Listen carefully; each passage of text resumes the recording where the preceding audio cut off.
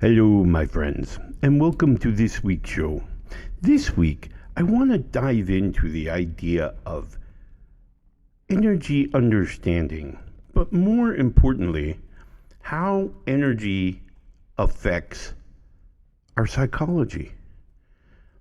We've spoken on many occasions about how energy all around is influencing our bodies and how it does that. Let's talk about that today. We're going to break it down. We're going to talk about the influences, talk about how they come in, how they go out, how they stay in, how they maintain, how we can push them out.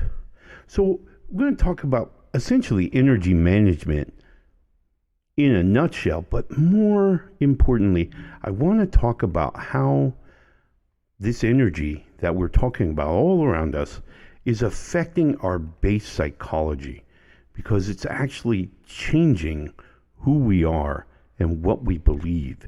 This is very important when it comes to laying the foundation for knowledge and long-term wisdom. Very important.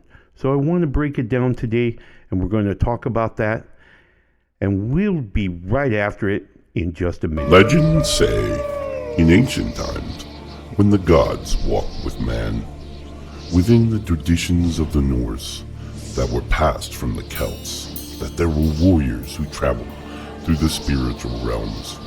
These warriors spent their days on earth as shamans, guiding the members of their clan to spiritual understanding. These shamans knew the Landvedi. They were known as Ulf-Hefnar of Odin, the Allfather, in Valhalla. Today, the modern Ulf-Hefnar continues the tradition of using magic and wisdom to help our clansmen and women find harmony. In the traditions of our ancestors, the Ulf-Hefnar now invites those who seek knowledge to come forth to the circle of knowledge, to share our experiences and find commonality amongst all. Following in the traditions of his ancestors, Dr. Mark Wiseman offers hope and peace in his message of understanding our personal spirituality. Join us now for this week's message here with the Alaska Ulf-Hefnar.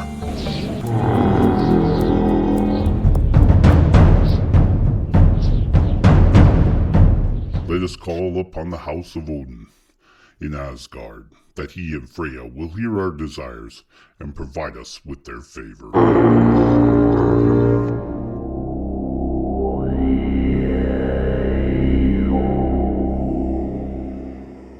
Hail Odin, Lord of Asgard, warrior and wanderer, valiant and wise. You to whom all the gods of Asgard look, Sky Father, on the eight-legged steed. You who traded an eye for wisdom and ruled a turbulent realm. Give us the wisdom to accept the twists and turns of fate, even as you surrendered yourself to the mercies of the Norn. Protect us, All-Father, from what harm may come to us.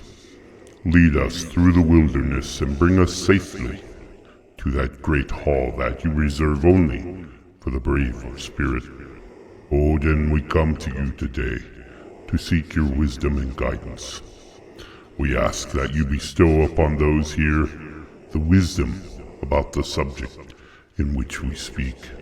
Be with them as they go forth and live their lives. Let us sip the cup of Odinr to bestow the wisdom of Kvasar.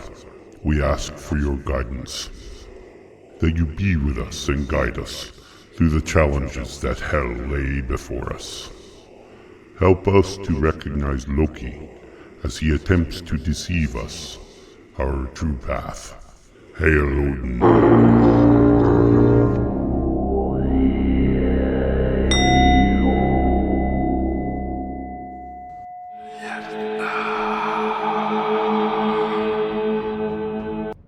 Okay, welcome back. Thank you for taking that moment as we pray to Odin for guidance and wisdom, that we may just share the correct knowledge that you need at this time. So, with no further ado, let's begin our discussion about what energy we're talking about.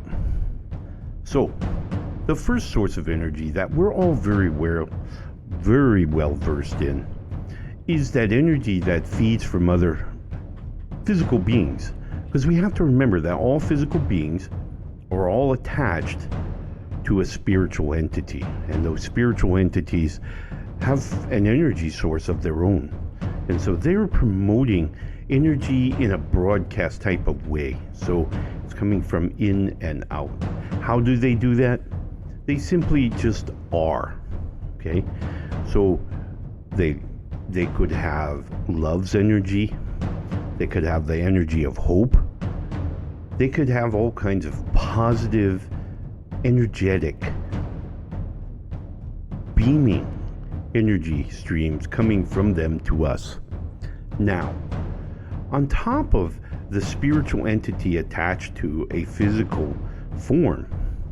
Now, when I say physical form, I don't mean just humans. No, you have the plants, the water, the mountains, even the wind has a spirit of its own. And it too promotes a energy to us, to everyone. In addition, we stand upon Mother Earth. Now, the further away we get from Mother Earth, I would say the weaker the signal, okay? But when our toes are actually dug into the soil of her flesh, we then receive her energy as she broadcasts energy to us. So all of these sources of energy are coming into us. Now, on top of those energies, we know, and this is based on science, that anytime we attach a focus, so say we think about great-grandma Sina. Well, okay, great-grandma Sina, I'm thinking about you right now. When I focus on her, I'm sending her energy. I'm sending her spiritual entity energy. Whenever we send energy to our ancestors, they send it back because they too think of us. We draw up memories they have of us. They can use other tools at their disposal to just see through our third eye our lives as we live them. So energies to them, energy comes back.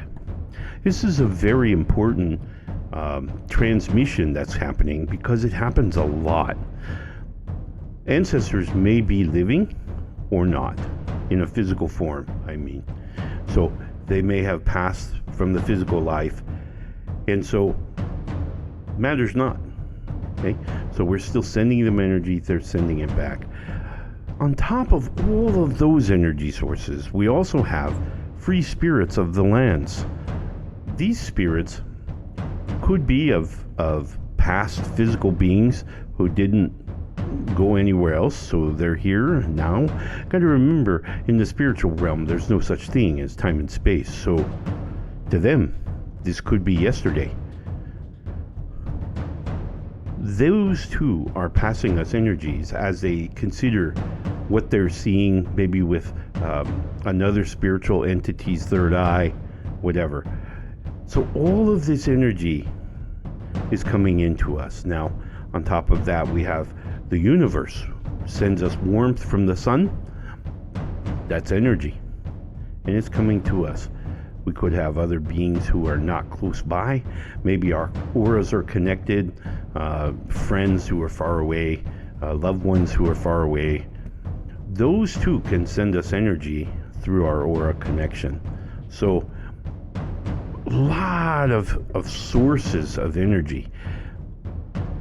In addition, we call it the eternal fire of hope is always burning, and so it's always generating energy for us to use. And so as that fire of hope continues to generate energy within us, we can use that as well. All of these tools, all of this energy is at our fingertips to use. So, but we talked about before, like in last week's Ernest Voltaire, we talked about how we have to allow it in. Doesn't happen automatically, so to speak, as we get older. As a child, it happens automatically, okay? But as we grow older, we start having doubts and all these other chemical emotions, which causes an additional frequency in the aura, which thereby begins to filter out some of this energy that we no longer think we need. That's not to say that energy is not reaching us, because we still have the earth, we have the universe, we have some of these sources that won't be denied. So there's always energy that's coming to us for our benefit, for us to use to heal ourselves and our friends. And now, a short break for these commercials. You're listening to the Alaska Uv Hefnar.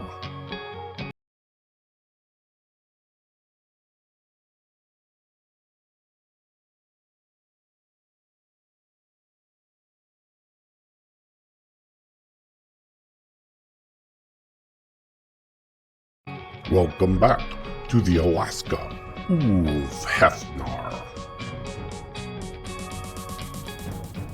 Welcome back. Thanks for taking that quick break with us. When we left, we were kind of talking about all the energy sources that are coming into us and that we can interact with on a very frequent basis, happening all the time, okay? And so we've got all this energy. What does it mean? Well, let's back up a step a moment and look at our bodies from a physiological standpoint, okay? And the body and the system that I'm really interested in here for this discussion is called the limbic system, or we like to call it our nervous system. And the nervous system has nerve endings, which are way out there. Signals are a bioelectricity pulse that travels from the nerve ending through the nerve cells, the synapses, through the nerve cells, through a gap. We'll cover that in just a moment. Through this gap, ultimately to the midbrain, where it's then brought up to the brain. And our brain decides what to do with it. Now, in some cases, we have, some of the earlier stages of the brain that are going to make the decision for us as far as the fight or flight, right? So after we get past that, we go to the midbrain and on into the brain, where it's stored as data, or as we like to call them, memories, okay? This is how our nervous system works. Now, when we are born, when we are conceived and come into the physical realm, consider your brain like an empty box, okay? The empty box does not include things like breathing and heartbeats and stuff like that, because it's already peeled away. Okay, so that's put over in kind of a maintenance section. It's not in our box. But in our box is our thought capacity, is our rationale, all of the things that we use our brain for, okay? It's all in this box. Now, take that box, if you will, and the only way I can put anything in the box is through 5 tubes connected to the sides of the box, okay? So it's a box, and now we got 5 tubes. Or, as science is now proving, maybe 6. But we'll go with the 5 for this discussion.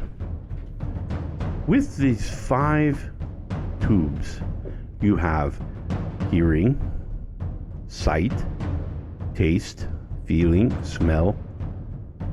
All of these 5 senses bring in data into the brain, okay? And it's stored in different parts of the brain. And with it comes an emotional event or emotional memory as well as the event memory.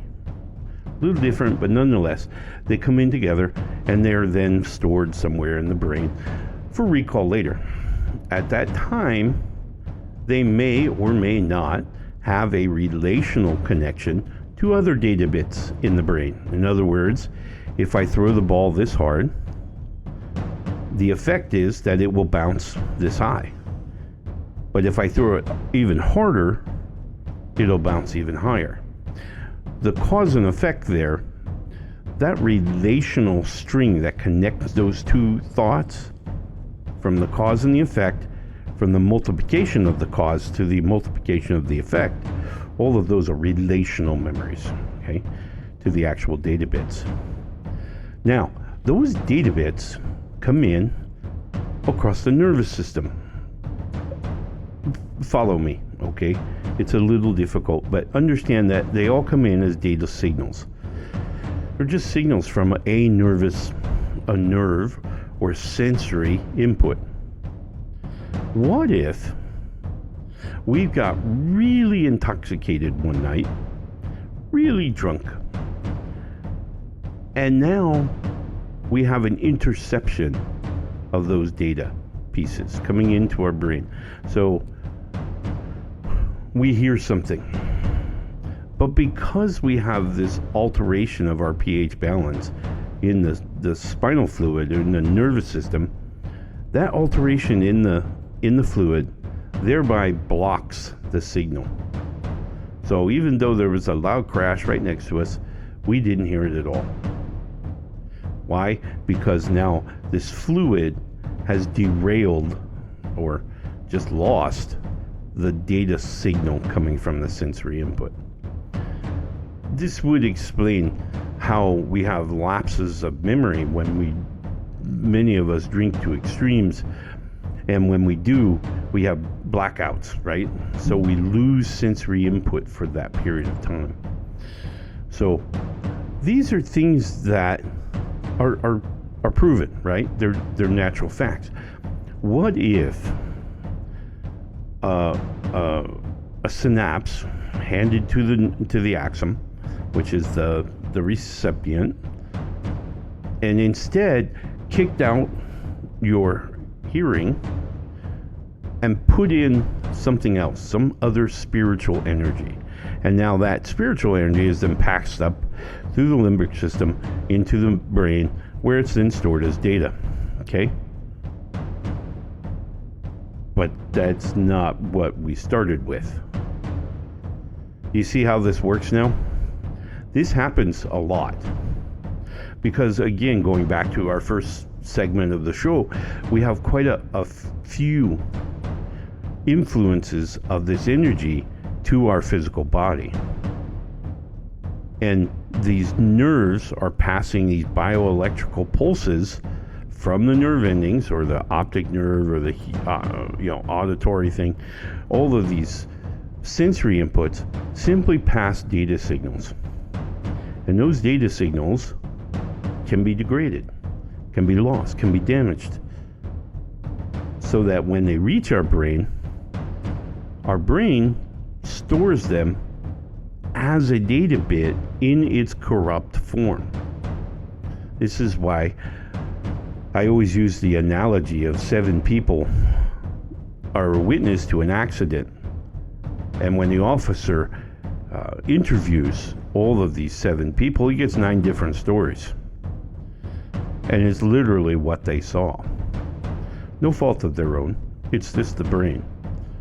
So these things happen in physiological life, and now we're inviting this other energy to come in to our system and potentially damage or remove the original sensory input and insert our own or a new one.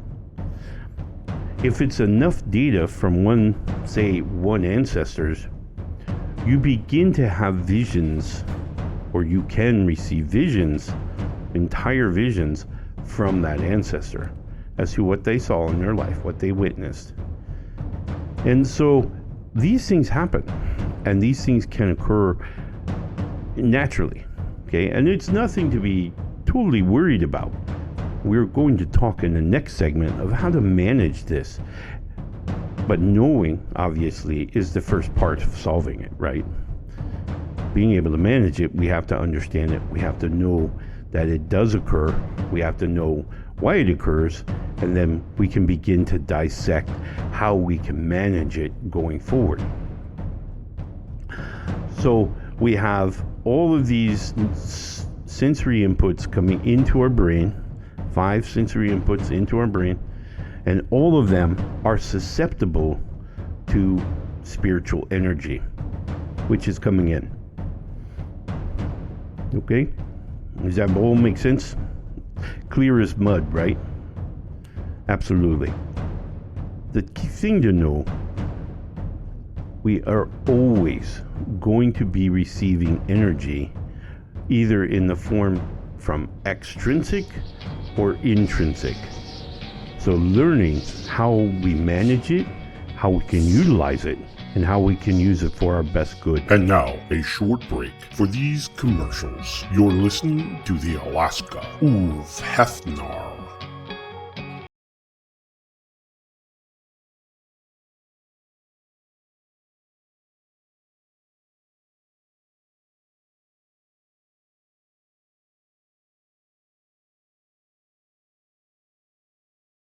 Welcome back to the Alaska Uv Hefnar. Okay, hey, welcome back. Thanks for taking that break with us. When we left, we kind of talked about, from a physiological standpoint, how the body absorbs energy. We talked about the sensory input and how it moves data from the sensory input into the brain, which is then stored as a memory.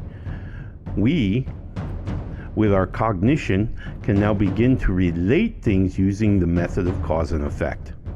Okay, so we're going to build this big matrix. One thing does this, and then it means these 3 other things. And that's how our brain puts things together. Okay? We talked about the possible corruption of that data as it's traveling between the nerve ending and the brain storage. How it could be corrupt or lost or hijacked, which is, it could happen. With that, understanding now all of this energy moving around, all of these sensory inputs, we always have to question what we know. Okay? Many of us do that. Many of us just say, oh, I'll go look this up and see how many other people agree with this or don't agree with it. Okay?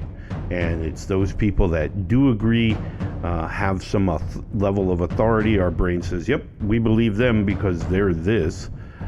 We begin to solidify the framework within our brain or our box. Okay? So we're going to put up frameworks. As that framework grows, because it grows up and out and over and left, right, up, down. We have to always be cognizant of managing ourselves by looking at our core beliefs. What are those core cornerstones of our foundation? Are they true? Can they withstand the weight that we're about to put on it with all this other stuff?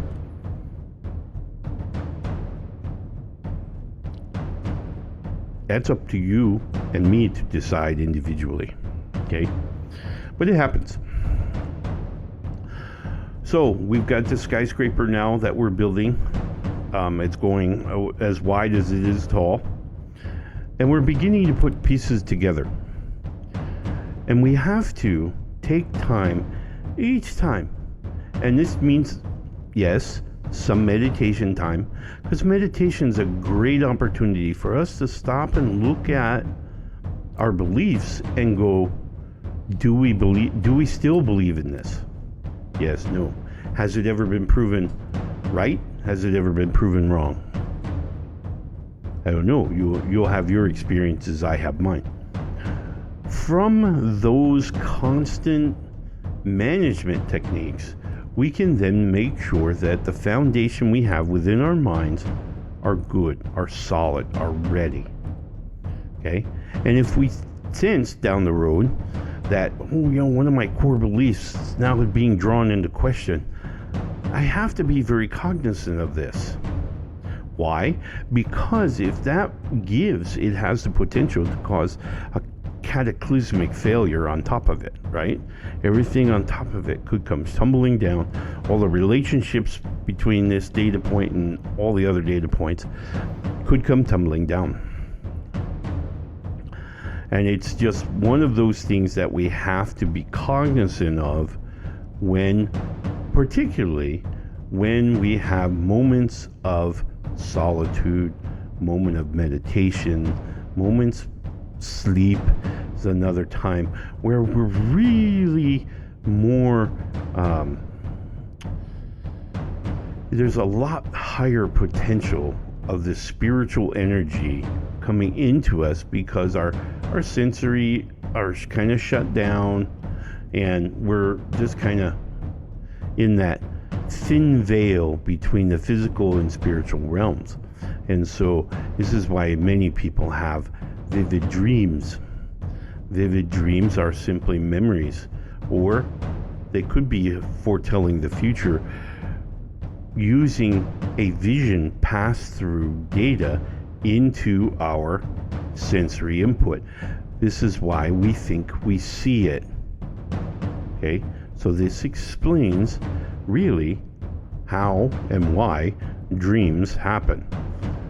Dreams are simply these spiritual entities are passing us enough data to create a vision in our minds that we then see.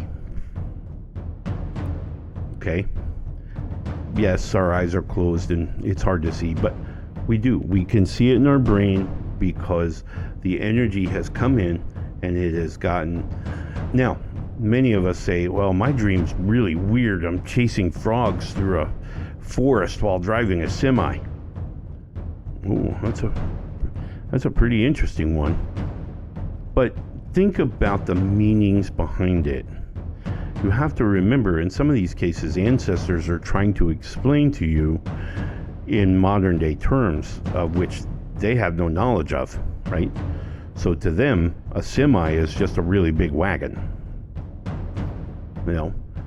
And a lot of things that you may see in your dreams are just an ancestor trying to explain the magic in their time. It happens a lot. So, and in some cases, you'll get memories of your own that are kind of resurfacing and coming up. And again, when you see them as visions, it's because there's enough of those energies with enough maybe vision memories that you can put together the scene within your mind. So you're making movies in your mind.